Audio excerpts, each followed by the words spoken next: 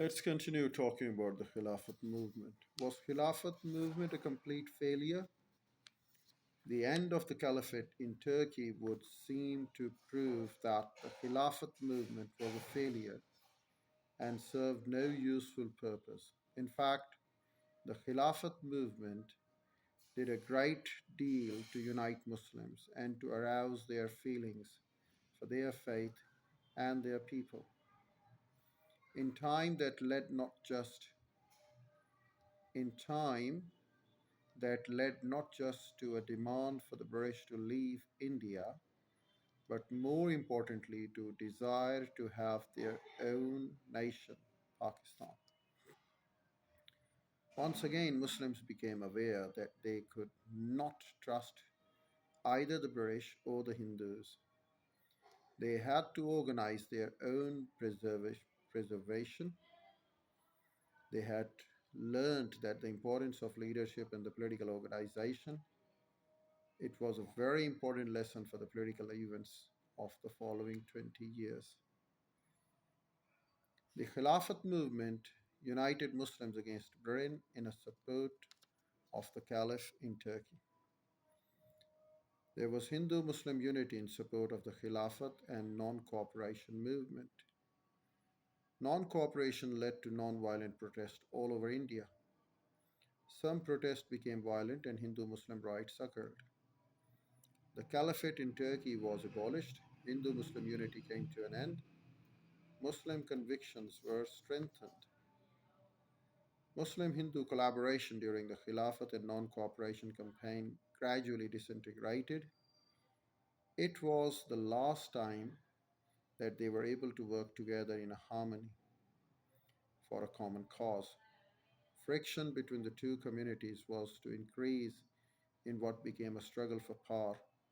Many people were hurt in vicious and pointless violence. Muslim fears over in India, dominated by Hindu, continued to grow. In spite of the defeat of the Khilafat, it was nevertheless an important step forward for the Muslim political development.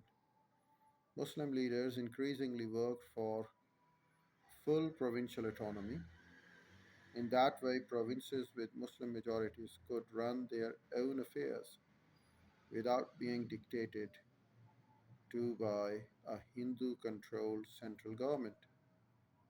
Gradually, but inexorably, Muslims were edging towards the idea of a separate state that was eventually to be a Pakistan.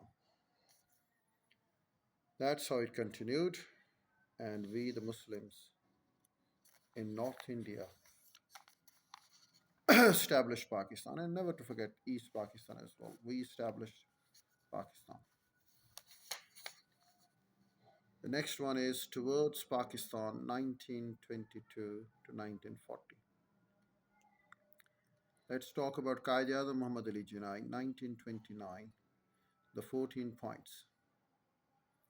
Why did Mr. Jinnah work with the Swaraj Party? During the Khilafat and non-cooperation protest, Muslim League had taken rather a back seat.